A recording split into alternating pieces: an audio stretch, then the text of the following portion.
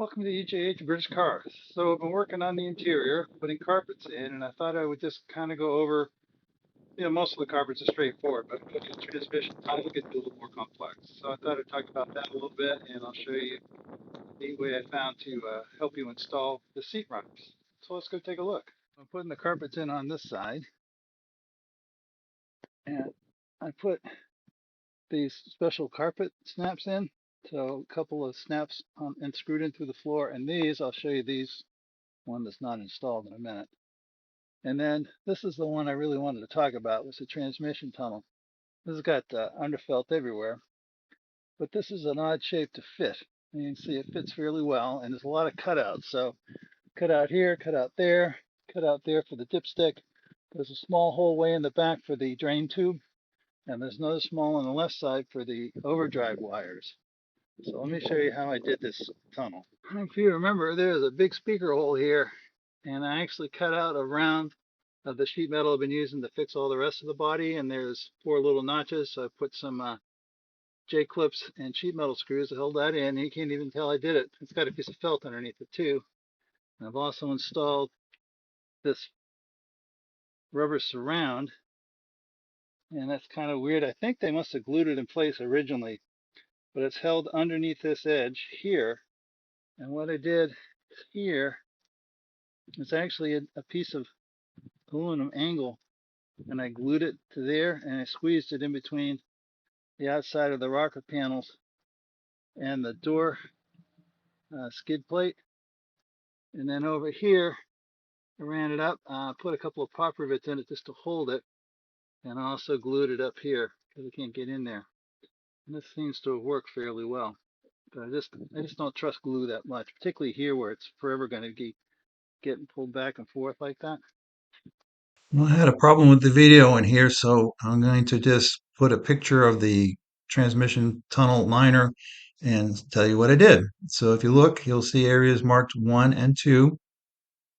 And those are areas where I cut. You can see the cut down so that I made a V cut so I could bring the transmission cover tighter together so it more closely followed the contours of the metal tunnel.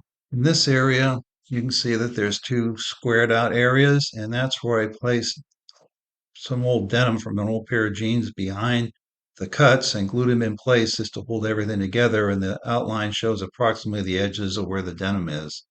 If you remember, there's a big speaker hole here, and I actually cut out a round of the sheet metal I've been using to fix all the rest of the body, and there's 4 little notches, so I put some J-clips and sheet metal screws to hold that in. You can't even tell I did it. It's got a piece of felt underneath it too. And I've also installed this rubber surround, and that's kind of weird. I think they must have glued it in place originally, but it's held underneath this edge here.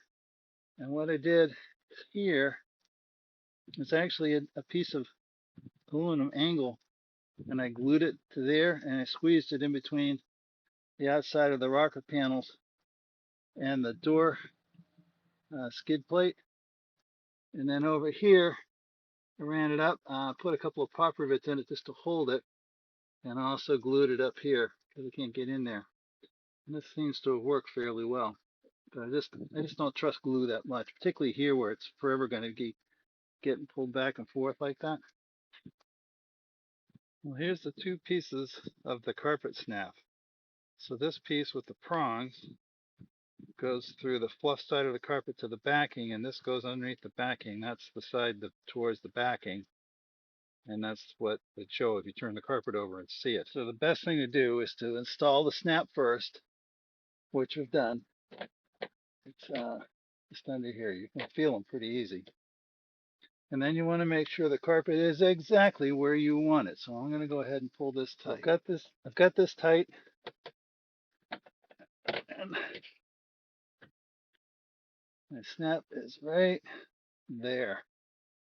What I'm going to do is I'll put my thumb on it right there, and then I'm going to lift it out of here without moving my thumb. Good trick, huh? So that's where it was. So we put this piece teeth down and push it through. you can see the teeth came through there, like that. And then those tangs go into the slots, not the holes. You probably can't see that, but my thumbs can sure feel it. And then this is my little anvil, and just put a piece of paper towel on it so it'll be clean. Then all you gotta do is just knock these over. They're kind of self-tightening as you do this.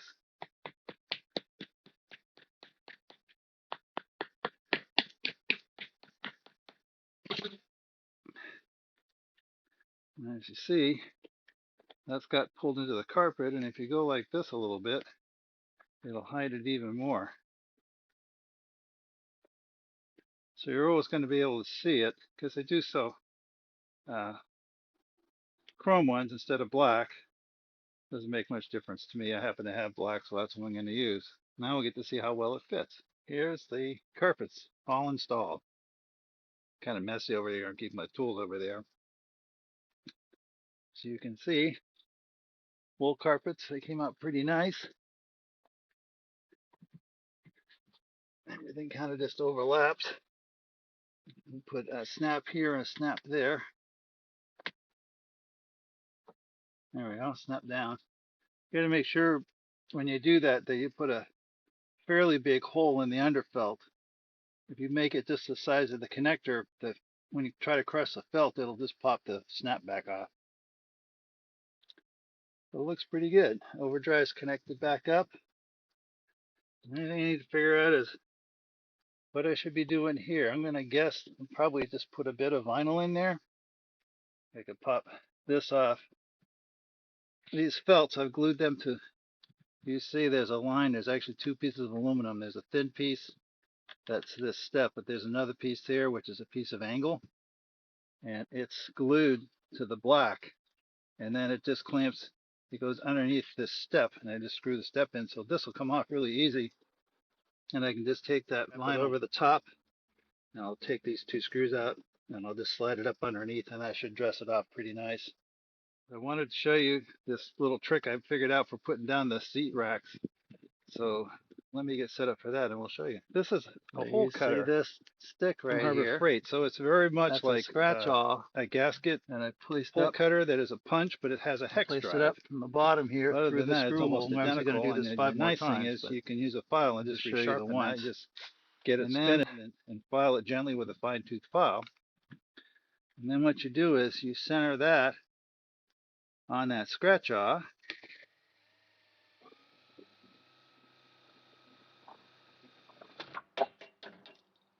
You can tell when it hits the metal, and that put a nice hole in there. And there's the plug out of here. There's the hole in the floor. And that's all you got to do. These seat racks, the bottoms just have holes. So there's a set of bolts. You have to slide this thing apart, and it'll go like that. This is actually the other side, but it just goes across the hole like that. You want to use the side with the adjuster lever on it on this side, and you just put the bolt through, just like that. Easy as that. So these are new floors and everything, but they've been in for a while, and of course we've been painting them, and they got dirt in them, so it's a really good idea to go ahead and run a tap through the hole. They're 1/4 28, which is just a 1/4 inch fine thread. It's easy enough to do right now, and it beats the crap out of breaking a bolt off in there and having to dig it out later. And there's the runners in place. Slide back and forth like that. This one obviously has a lock on it, so you don't slide around when you're driving. And it's a little rough to do with one hand when it's floating around like that. So next, well, I'm going to put the little bit of vinyl in here, and then we'll bolt the seats down. Me from the future. So correction. That's correct in that the slider with the handle goes on the rocker panel side, but if it needs to go with the angles facing away from each other. So the raised edge are on the center, the flat edge faces away from the center of the section. And the reason that is if you look this bolt and that bolt are about a 1/4 inch offset. So if you put them in the wrong way, you get about a 1/2 inch too much wide spread. So everything else is the same, just that. So I put a piece of matching vinyl along this edge. You see it's a slightly different color, but as good as it's going to get. Same thing over there. And I did it across the floor up this back edge, and I tucked it between the back of this metal that's holding this black strip and the metal of the car. So now it's time to put the seats in.